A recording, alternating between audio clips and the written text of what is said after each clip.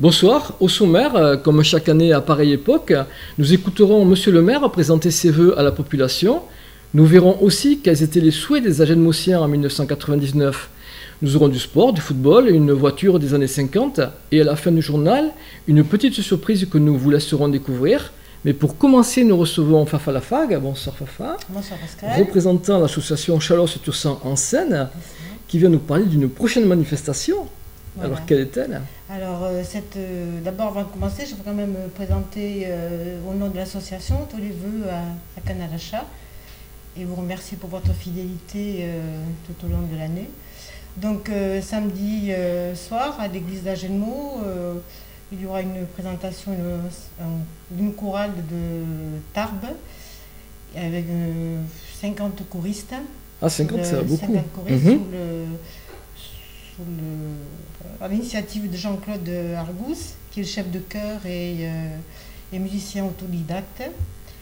Voilà, donc, est-ce que tu peux nous parler du programme? Quels seront les chants qui vont être présentés? Alors, quel style de musique? Le programme est assez varié puisqu'il y aura des chants sacrés, des chants folklore bigourdin, basque et également de la variété française. Avec la guitare qui accompagnera, un violon qui accompagnera, un piano qui accompagnera aussi les chants, certains chants. Alors comment avez-vous fait pour organiser la soirée? C'est donc dans l'église. Donc vous avez eu un prêt de monsieur le curé, comment ça se passe? Jean-Michel, l'abbé Jean-Michel, que nous remercions, qui a accepté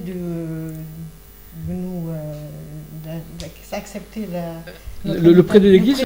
On avait envisagé de faire un concert à l'église et il s'avère que notre secrétaire Kiki Berton a vu cette chorale à Saint-Lary et a été enchanté par leur prestation. Donc elle a dit qu'il faudrait le faire venir sur Agenmo pour varier un petit peu entre le théâtre et le chant.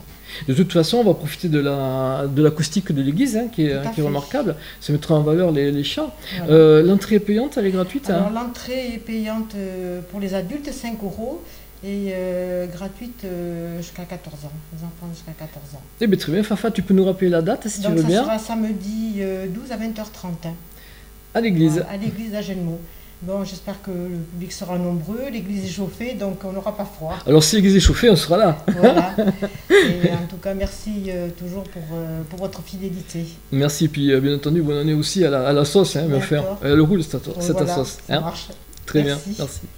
Dimanche dernier, dans la salle Alain Dutoya, monsieur le maire a présenté ses vœux à la population.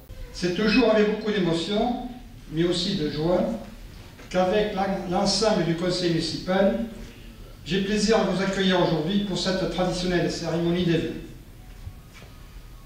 L'occasion, bien sûr, pour moi, au nom du conseil municipal et à mon nom propre, de vous souhaiter une belle année 2019, douce et apaisée. Sport, politique, société.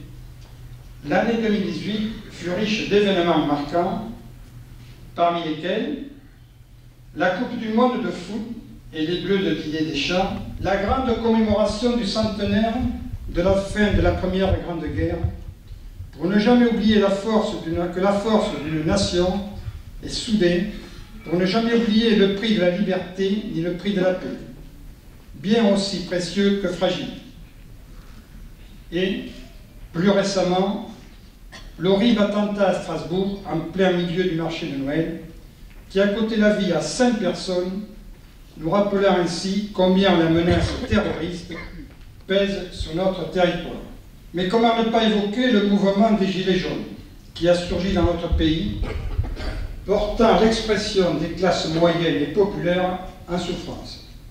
Depuis 40 ans, les gouvernements qui se succèdent disent à ces citoyens « Attendez un peu, soyez patients, ça va aller mieux, ça va redémarrer, tant en termes d'emploi que de pouvoir d'achat. » Le discours sacrificiel ne fonctionnait plus. Et c'est la raison pour laquelle le président Macron arrive en bout de course et catalyse ce malaise social, ce ras-le-bol général sur sa personne. Les Français présentent au président de la République la facture de 40 ans d'échec politique.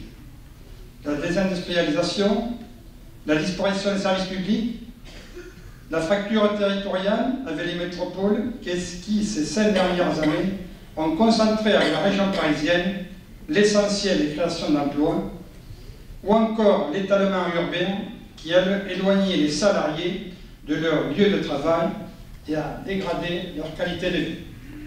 Notre pays a connu des violences rarement atteintes. Aucune cause ne justifie que les forces de l'ordre soient attaquées, des forces de l'ordre remarquables de patience, d'exigence, de courage et de bravoure. Des forces de l'ordre qui, chaque jour, assurent la sécurité des biens et des personnes et luttent ardemment pour déjouer des attentats et faire reculer la menace terroriste qui, comme je disais précédemment, pèse lourdement sur notre pays. Aucune cause ne justifie que les commerces soient saccagés, pillés, que des bâtiments publics ou privés soient incendiés, que l'Arc de Triomphe soit vandalisé et souillé. Ce qui s'est passé n'avait rien à voir avec l'expression d'une colère légitime. J'évoquerai tout d'abord le soutien indéfectible que nous apportons et continuerons d'apporter aux associations des Agenmosiennes, associations qui participent activement à créer et maintenir du lien social et à rompre avec la solitude. Je voudrais également mettre en avant et remercier nos commerçants et artisans qui maintiennent encore dans notre commune une activité et des prestations de qualité et donnent de la vie à notre cœur de ville. À l'école primaire, la 4e tranche du bâtiment s'est achevée par la réhabilitation de la partie centrale de l'école, bureau de direction, cuisine, etc. pour un investissement total sur 4 ans de plus de 500 000 €. À la Cité Verte, les travaux d'entretien et de réhabilitation des pavillons d'hébergement ont été réalisés. Pour nos aînés, et comme déjà évoqué ici en 2018, le projet de construction d'un nouvel établissement pour personnes âgées dépendantes se poursuit puisque le cabinet d'architecture vient d'être choisi. Le dispositif de vidéosurveillance sur la commune a été complété par l'ajout de 2 caméras supplémentaires aux entrées de ville. À ces 2 caméras s'ajoute un matériel permettant la lecture des plaques d'immatriculation des véhicules qui entrent et qui sortent de la ville. Ce dispositif prouve tous les ans son efficacité en permettant d'élucider plusieurs affaires sur la commune. Dans le domaine de l'action sociale, les aides à la population ont été maintenues. Le prix de repas à la cantine scolaire qui a été maintenu à 1,50 €, ainsi que la gratuité de la garderie scolaire. Je dis et je redis que nous soutenons et que nous continuerons de soutenir ceux qui sont dans les difficultés et les besoins. Les travaux de viabilité de nouveau lotissement appelé Claudillère sont en cours d'achèvement. Ce lotissement, situé après l'hôtel de la Crémaillère, fera la liaison entre le lotissement du Tras et la zone commerciale. 21 lots d'une superficie de 850 à 1000 m² seront mis en vente ce début d'année au prix de 49 € TTC le m². La fin des travaux de viabilité de la zone industrielle et commerciale de Pouga et Petit-Reil. Le programme complet a coûté à la commune 520 000 €. 700 lots seront mis à la vente dès ce début d'année. En 2018, la municipalité a tenu à rendre hommage à 2 hommes qui ont marqué la vie de l'Agenmou. Le premier, en la personne du docteur Marcel Lux, les arènes portent maintenant son nom. Le second est mon fidèle adjoint au sport, M. Roland Joumet. La salle du COSEC de la Cité Verte porte désormais son nom. 2019 sera une année placée sous le sceau de la continuité. À l'école primaire, nous y revenons, nous terminerons les travaux par la rénovation totale des 2 blocs sanitaires pour un coût d'environ 200 000 €. À la Cité Verte, nous poursuivrons la réhabilitation des derniers pavillons d'hébergement. Dans les bâtiments communaux, les travaux d'accessibilité seront poursuivis. Dans le domaine de l'habitat, l'extension du lotissement Jean Demey est programmée pour 2019. Une première tranche de 36 lots de 700 à 800 m² sera réalisée fin 2019 pour mise en vente début 2020 au prix de 43 € TTC de mètre carré. À l'abattoir, seul abattoir municipal qui reste dans la région, d'importants travaux seront réalisés à la station de pré-traitement des eaux usées, la rénovation du réseau interne de la production d'eau chaude et sanitaire sera effectuée, à la régie municipale de l'eau. Gros travaux de rénovation du château d'eau de Trescorps, ainsi que réfection de l'étanchéité de la bâche de stockage des eaux de la station de pompage. À la régie d'assainissement, des gros travaux de rénovation de la station d'épuration, pour un coût total de 220 000 € TTC. D'autre part, les expositions et les manifestations seront maintenues et développées en cette période économique difficile. Les aides aux familles seront maintenues. Ces dernières ont fait l'objet d'un vote lors du dernier conseil municipal de septembre 2018. La rigueur financière qui nous est imposée nous oblige à être inventifs et à repenser les dispositifs existants tout en gardant à l'esprit l'obligation de sauvegarder la qualité du service public. Nous poursuivrons ainsi le plan de réduction des dépenses de fonctionnement engagé en 2018 tout en maîtrisant la pression fiscale. Nous poursuivrons ainsi cette année une politique budgétaire extrêmement rigoureuse, mais aussi solidaire et qui permettra le maintien d'un service public de qualité. Je tiens ici à remercier personnellement mon équipe municipale, les adjoints et l'ensemble du conseil pour leur présence, leur disponibilité, pour la qualité des débats, pour leur engagement envers notre action. Confiant dans l'avenir en ce début d'année, et comme il est de tradition, je vous souhaite à tous d'avoir de beaux projets pour vous, mais aussi pour ceux qui vous sont chers, d'être rayonnants de bonheur et de santé. Belle et douce année 2019, je vous remercie de votre attention.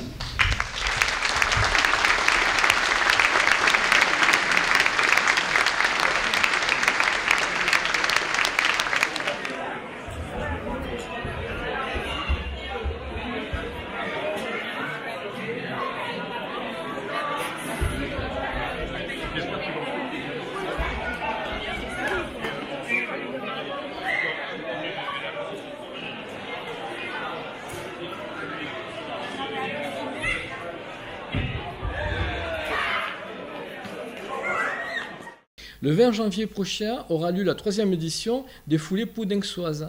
Nous rencontrons l'organisateur Xavier Laouillet. Le 20 janvier, nous aurons donc les 3e Foulées Poudinxoises qui seront organisées sur Poudinx. Donc cette 3e édition où nous présenterons donc un 10 km, un 6 km et non pas 5 comme l'an dernier, on a rajouté 1 km, ainsi que la traditionnelle marche de 8 km, marche loisir. Voilà, et tout cela sera suivi d'un repas dans la salle des fêtes. Pour 8 €, vous pourrez vous restaurer, c'est ouvert à tout le monde, coureurs, spectateurs, tous les gens qui veulent venir. Voilà, donc après la course, là on se trouve dans la 2e difficulté du 10 km, la fameuse côte du chemin de Lafitte, donc qui commence à être un peu réputée pour ses difficultés. Le 10 km en fait présente donc toujours 2 difficultés. La première au 6e, une côte de 300 mètres suivie d'une descente et vous arriverez au pied du mur de Poudinx, ici qui fait un peu plus de 700 mètres et avec un dénivelé assez important. Vous pourrez dérouler sur les 2 derniers kilomètres pour arriver à la salle et enfin aller vous doucher en espérant qu'on n'aurait pas le temps de l'an dernier. Voilà, le 6 km présente juste une difficulté, c'est la côte qui arrive au village de Poudinx qui fait 1 km. Tout le reste est plat, voire même faux plat descendant. Donc il n'y a pas de difficulté majeure, tout le monde peut s'essayer sur le 6 ou le 10 km. La marche, c'est un parcours de 8 km avec une montée, mais bon, les marcheurs sont des habitués, donc il n'y a pas de souci avec ça. Et voilà, donc on est heureux d'accueillir encore ces foulées poudinxoises en espérant qu'il y aura du monde et surtout que le temps sera clément avec nous cette année.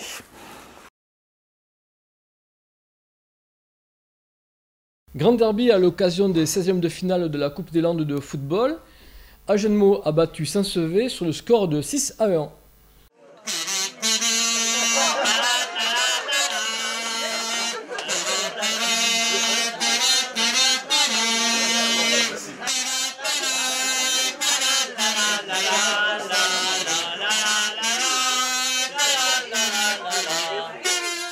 Ils sont fatigués les noirs, allez les bleus, allez! Ils sont crevés là, et ils se couchent et tout. Ils sont crevés là. Là il est crevé le gars, hein. Il s'est couché là. Il faut sortir. Tu le vois vite ça. Là les gars sont fatigués. C'est pas remis des fêtes, sont fatigués, pas remis des fêtes. Allez les bleus, allez!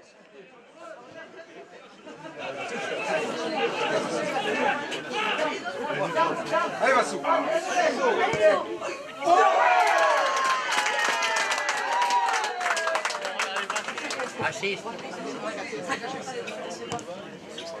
Allez Jeff.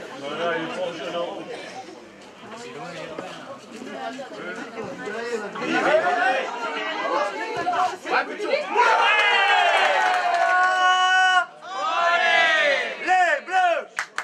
Les bleus! Les bleus! Les bleus!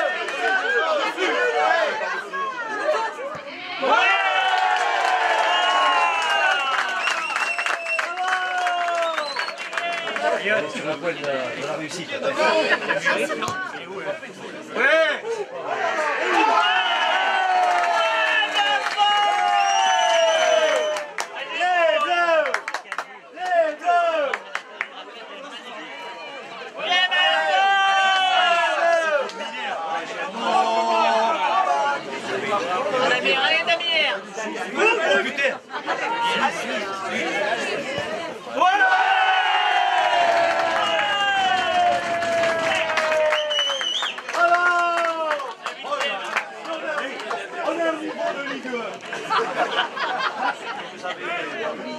Que vous avez vu naître.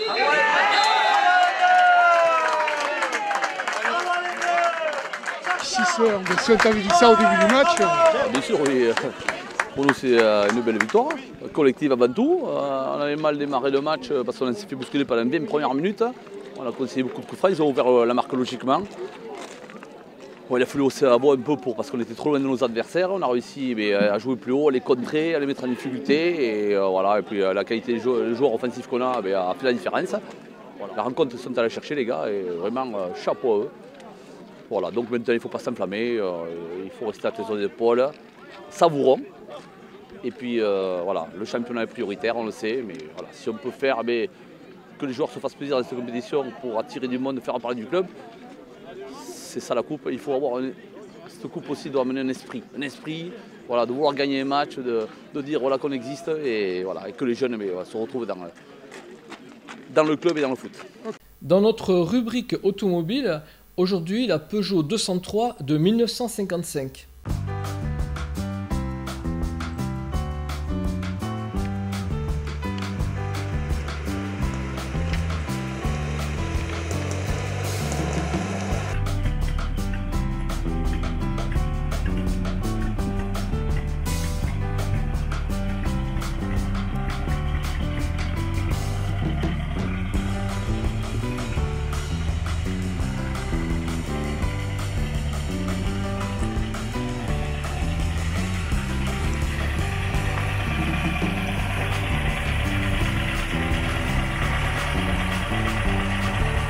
Une Peugeot 203 de modèle 1955.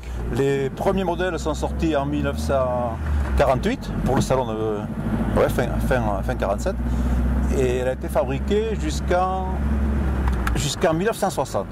Il y a eu autour de 700 000 voitures de fabriquées. C'est la première voiture, on va dire, d'après-guerre moderne, de conception moderne. C'est un concept de voiture copié sur Chrysler et Ford, donc forme aérodynamique bien sûr, qui a un impact sur la consommation de la voiture bien sûr. C'est une propulsion. Chez Peugeot, donc dans la tradition des propulsions, puisque la première traction avant de Peugeot, c'est la 204, donc ce sont les années déjà 60. C'est une 5 places avec un moteur 1300 cm3, donc 7 chevaux fiscaux. Et c'est un véhicule qui roulait, qui pouvait atteindre 115-120 km/h en vitesse de pointe. C'est les portières suicides. C'est le nom exact.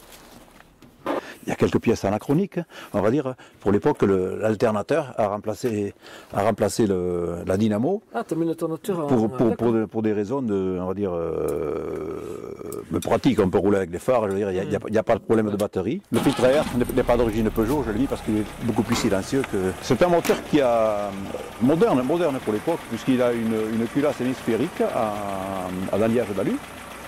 Et c'était un moteur carré, donc c'était un moteur performant. Les premiers modèles avaient une puissance de 45 chevaux, je crois qu'avec les évolutions, c'est allé jusqu'à 50 ou 52 chevaux. La direction est douce. Pour une voiture à la direction non assistée, c'est assez facile. Et d'ailleurs, le volant est surdimensionné, comme on peut le voir. Ça manque de reprise comparé aux voitures actuelles. Mais dans le flot de circulation, à 80 ou 90 km/h, on suit sans problème.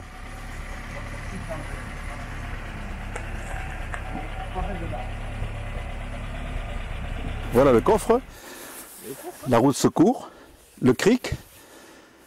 Alors Peugeot, pour l'anecdote, Peugeot vendait une série de valises qui était la plus grande en bas, la moyenne au milieu et la toute petite en haut. Mais c'est un coffre assez restreint en dimension, comparé à la 403 qui avait un énorme volume. Ce véhicule, je l'ai trouvé sur une revue, je crois que c'était Gasoline, il y a longtemps, il y a 15-20 ans. Et la restauration a été beaucoup plus longue que prévu. J'étais encore en activité. Pour me chambrer, des collègues du club Agémont Méca-Passion m'ont dit qu'ils allaient me passer sur le Guinness Book parce que la restauration a duré 15 ans ou 18 ans, je crois. Bon, mais bien entendu, pas en discontinu. J'ai fait le maximum qui était dans mes cordes, c'est-à-dire, on va dire, tout ce qui est mécanique. Ensuite, j'ai délégué pour les sièges, bien sûr, les travaux de peinture qui se font en cabine chez un carrossier. Et il est arrivé ce qui arrive lors de restauration de véhicules, c'est-à-dire il vous manque une pièce, par exemple, une pièce particulière qui n'est plus fabriquée, ou les qualités de fabrication sont plutôt médiocres. Mais dans ces cas-là, vous allez voir les frères Cassès à Agémont qui vont trouver une solution de remplacement. Le tour avant est d'origine. Ce modèle est le modèle 203C, donc c'est un modèle luxe. Il y a un toit ouvrant et des sièges couchettes. C'est une des particularités de ce modèle. Lors d'une restauration, bien entendu, on refait à neuf tout le système de freinage, depuis le mètre-cylindre, les cylindres de roue, les garnitures. Et lors du contrôle technique, parce que j'ai une carte grise, on va dire, normale, lors du contrôle technique, la qualité du freinage était au rendez-vous. Dans la circulation actuelle, on doit anticiper, ce ne sont pas des freins à disque, bien entendu, les distances de freinage sont rallongées, comparées aux voitures actuelles. Et c'était une routière, on va dire, pour l'époque. Hein. Et donc, lorsque Peugeot a sorti ce véhicule, en face de lui, dans les marques françaises, il y avait le 4 chevaux, il y avait une Simca, l'ADS n'était pas sorti encore. Donc Peugeot a pris sa place, a pris une bonne part de marché avec cette voiture. Hein.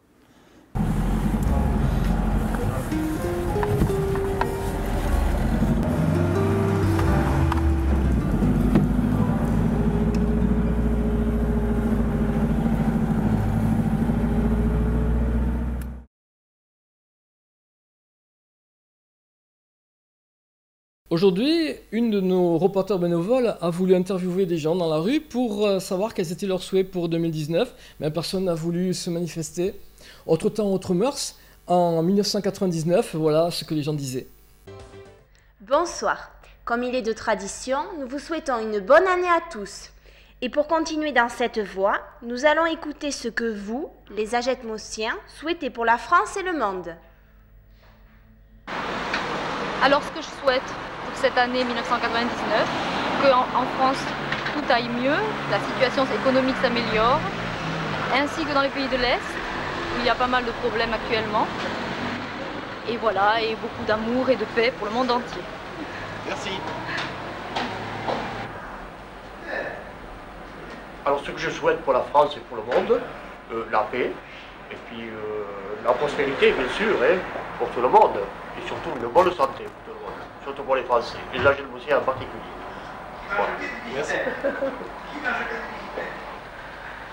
Bon, je souhaite pour la France qu'elle prospère et la paix dans le monde entier. Merci. Mais surtout qu'il y ait la paix partout, que les gens soient heureux, qu'ils aient du travail, surtout. Merci. Alors là, pour la France, je crois qu'il y a beaucoup de gens qui s'en occupent pour nous. Mais je leur souhaite beaucoup de courage. Et bon, des banalités, que tout aille bien, quoi. C'est tout ce qu'on peut souhaiter. Voilà. Bon, mais pour la France, je souhaite qu'elle garde sa place au sein de l'Europe, une place prépondérante comme elle a, et puis que l'économie s'en porte bien. Voilà, comme ça il y aura du travail pour tout le monde. Voilà. Et voilà. Si c'est possible. Ce que je souhaite pour la France en 1999, c'est plein de bonnes choses, comme tout le monde peut souhaiter, qui est évidemment moins de chômage, beaucoup d'offres d'emploi, le sida, toutes les mauvaises choses qu'on a connues jusqu'à maintenant, mais voilà. Et pour le monde? Et pour le monde, la même chose, qu'il n'y ait pas de guerre, la paix, que tout le monde soit heureux. Merci. Voilà. Alors, moins le chômage en France, pas de famine bien sûr, et je sais pas. Et pour le monde? Pas de famine. Merci. Voilà. Donc en ces temps un petit peu troublés, on va finir sur une note poétique. C'est notre surprise de fin de journal. Merci beaucoup de votre attention et à la semaine prochaine.